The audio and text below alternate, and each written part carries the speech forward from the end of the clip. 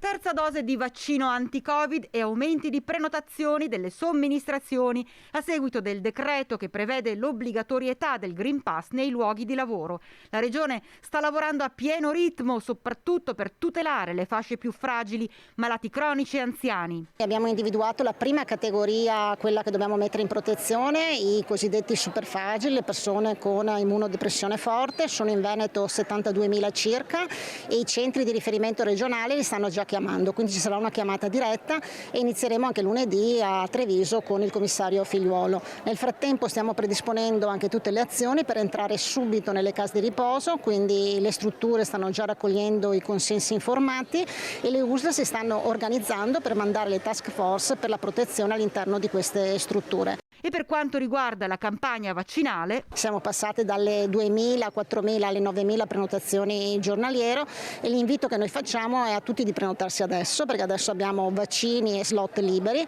le agende sono aperte fino al 30 di settembre, perché se partirà in maniera effettiva e capillare la terza dose è chiaro che noi avremo delle priorità rispetto ai soggetti da mettere in protezione.